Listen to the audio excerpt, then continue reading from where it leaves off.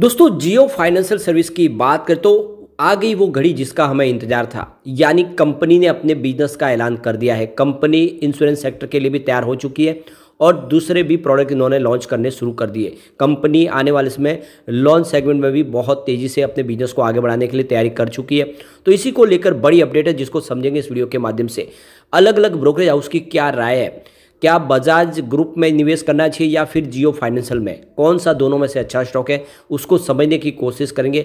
आगे का क्या नज़रिया है। वैसे तो स्टॉक बहुत कम प्राइस में मिल रहा है, क्या आने वाले समय इसकी प्राइस भी 4 डिजिट में जा सकती है, जानने की कोशिश करेंगे इस वीडियो के माध्यम से। लेकिन फ्रेंड उससे पहले अगर आप पहली बार हमारे चैनल पर आए तो चैनल को सब्सक्राइब कर दीजिए, एक बेल आइकॉन दबा दीजिए ताकि जब भी नया वीडियो बने पहला नोटिफिकेशन आपको मिले। वीडियो पसंद आए तो लाइक शेयर जरूर कीजिए।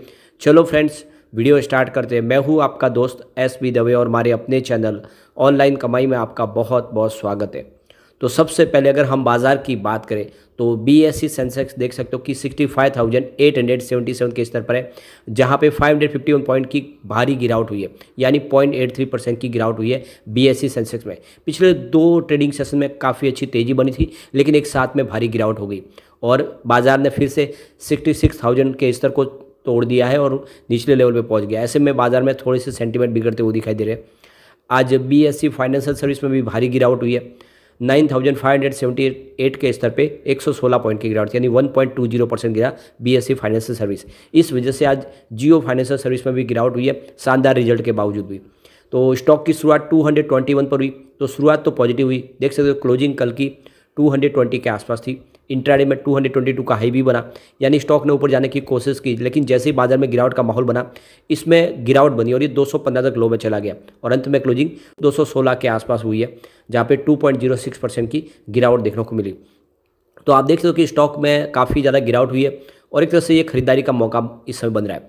तो जियो फाइनेंशियल सर्विस ने आप देखें तो कुछ नए लोन प्रोडक्ट लॉन्च कर दिए हैं। तो जियो फाइनेंशियल सर्विस ने ऑटो और होम लोन्स के लिए अलग अलग ऑफर पेश कर दिए हैं। इसके अलावा कंपनी ने पर्सनल और कंज्यूमर लोन्स के लिए भी यहाँ पे पूरी एक रेंज शुरू कर दी है। तो कंपनी पूरी तरह से फाइनेंशियल सेक्टर में एंट्री कर चुकी है और अब हर तरह के लोन आपको प्रोवाइड करेगी कंपनी। तो कंपनी इससे पहले जिस तरह से टेलीकॉम और रिटेल सेक्टर में अपनी एक पकड़ मजबूत बनाई, उसी तरह से अब वो फाइनेंशियल सेक्टर में भी तेज़ी से आगे बढ़ना चाहते हैं। इससे पहले जियो फाइनेंशियल सर्विस ने पर्सनल लोन की पूरी एक रेंज आप देखें तो लॉन्च कर दी थी सैलरी और सेल्फ एम्प्लॉयड के लिए। इसके अलावा जो कंज्यूमर ड्यूरेबल लोन्स भी इन्होंने अपने 300 स्टोर पे 100 पहले शुरू कर दिया था।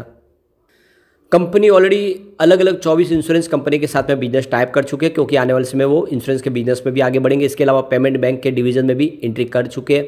तो हर तरह की जो पेमेंट की फैसिलिटीज़ है वो सारी अभी आने वाले समय में जियो फाइनेंशियल के माध्यम से पूरी होगी। तो इसके लिए प्लान भी आने वाले समय आपके सामने सारे निकल के आएंगे। कंपनी जल्दी ही एक अपना ऐप लॉन्च करने जा रही है। तो जियो फाइनेंस के बिजनेस की बात करो, आपको इसमें देखें तो जियो फाइनेंस के अंदर जो अलग अलग सेक्टर के माध्यम से जो बिजनेस शुरू होगा, जिसमें सबसे पहले जियो फाइनेंस लिमिटेड जिसे JFL, ये बिजनेस इनका मुख्य। इसके अलावा जियो इंश्योरेंस ब्रोकिंग लिमिटेड यानी JIBL। इसके अलावा तीसरा जो बिजनेस है वो जियो पेमेंट बैंक यानी JPB। अब इसके अलावा जो चौथा बिजनेस है वो है जियो पेमेंट सॉल्यूशन लिमिटेड यानी JPSL। और उसके बाद में रिलायंस इंडस्ट्रीज इन्वेस्टमेंट होल्डिंग, और उसके बाद में आप बिजनेस देखें तो वो AMC business JV with black rock, जो आप एसेट मैनेजमेंट का काम कंपनी करेगी। तो ये अलग अलग बिजनेस है जो अब आने वाले समय में आपके सामने सारे आने वाले हैं।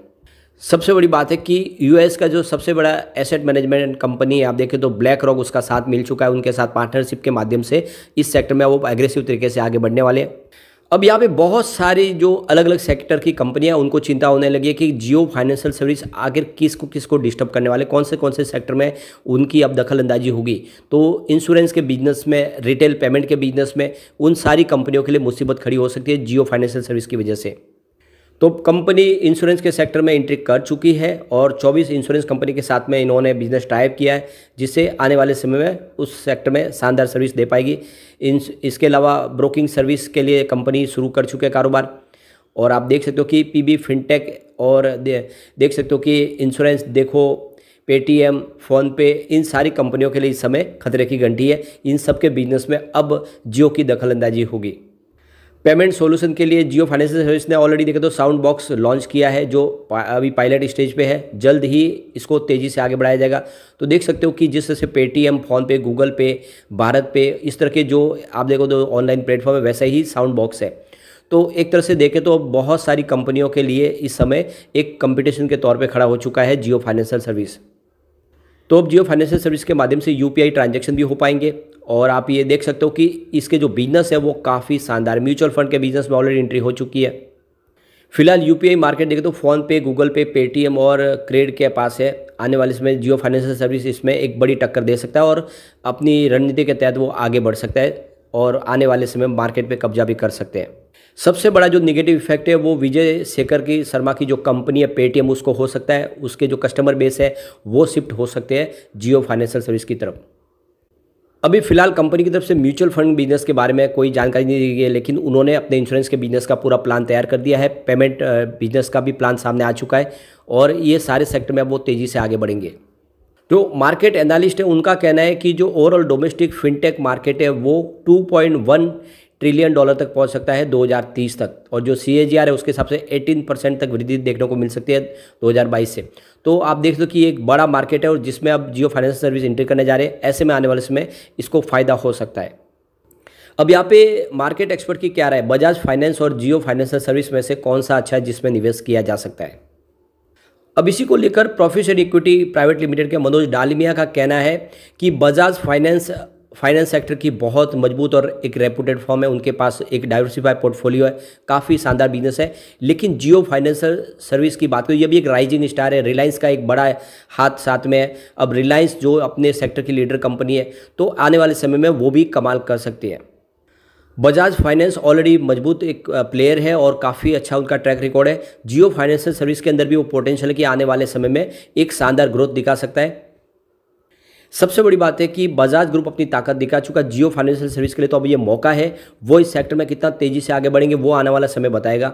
उनके पास रिस्क रिवार्ड है, आप समझ सकते हैं। वैसे देख सकते हो कि इनक्रेड कैपिटल के जिग्नेश साइल अभी समय देखें तो बजाज फाइनेंस के ऊपर काफ़ी ज़्यादा बुलिश है और उन्होंने इसका 9,850 का टारगेट दिया है और बाय की रेटिंग है। उनके हिसाब से बजाज फाइनेंस का मैनेजमेंट काफ़ी अच्छा कर रहा है और जिस तरह से कंपनी प्रॉफिट में अपनी इजाफा कर रही है, बिजनेस बढ़ रहा है, आने वाले समय डेफिनेट इसमें और शानदार तेज़ी देखने को मिल सकती है। स्टॉक बॉक्स के श्रेयस शाह भी बजाज फाइनेंस को लेकर काफ़ी बुलिश है। उनका भी यही नज़रिया है कि बजाज फाइनेंस आने वाले समय अच्छा कर सकता है। यहाँ पे देख सकते हो कि श्रेयस शाह का कहना है कि जियो फाइनेंशियल सर्विस ने भी काफ़ी अच्छा क्वार्टर रिजल्ट दिया है और इस सेक्टर में अब कंपनी एंट्री हुई है, आने वाले समय एक शानदार प्रदर्शन कर सकती है।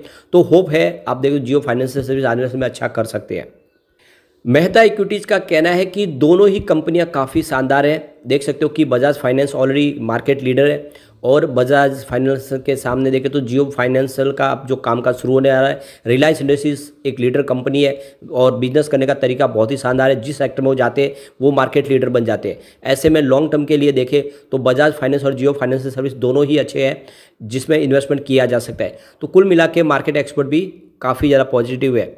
तो ओवरऑल देखें तो एनबीएफसी सेक्टर की अपॉर्चुनिटी बहुत सारी है। यहाँ पे बहुत सारे प्लेयर के लिए जगह है। जियो फाइनेंशियल सर्विस अपनी जगह आराम से बना सकते। तो जो मार्केट एक्सपर्ट है वो भी कह रहे हैं कि इस समय जियो फाइनेंशियल सर्विस में निवेश किया जा सकता है, इस लेवल पे एंट्री की जा सकती है। और वैसे अगर आप देखें तो इसका तो एक diversified portfolio company, mutual funds में, इसके अलावा लोन सेगमेंट में, इंश्योरेंस सेगमेंट में और देखें तो दूसरे सेक्टर में भी एंट्री करने जा रही है। ऐसे में आने वाले समय जियो फाइनेंशियल सर्विस कमाल करेगा और अगर आप इसको 5 से 10 साल के लिए होल्ड करेंगे तो ये 2000 का टारगेट आराम से दिखा सकता है। ऐसी इसके अंदर संभावना है। तो लॉन्ग टर्म का नजरिया लेकर निवेश आपको कर लेना चाहिए। लेकिन फ्रेंड, कोई भी इन्वेस्टमेंट करने से पहले अपने फाइनेंशियल एडवाइजर से बड़ा ले ले या अपना खुद का रिसर्च करें, क्योंकि मैंने वीडियो आपके एजुकेशनल पर्पज़ के लिए ही बनाया। वीडियो पसंद आए तो लाइक से जो कीजिए और चैनल को सब्सक्राइब कर दीजिए। Thank you friend.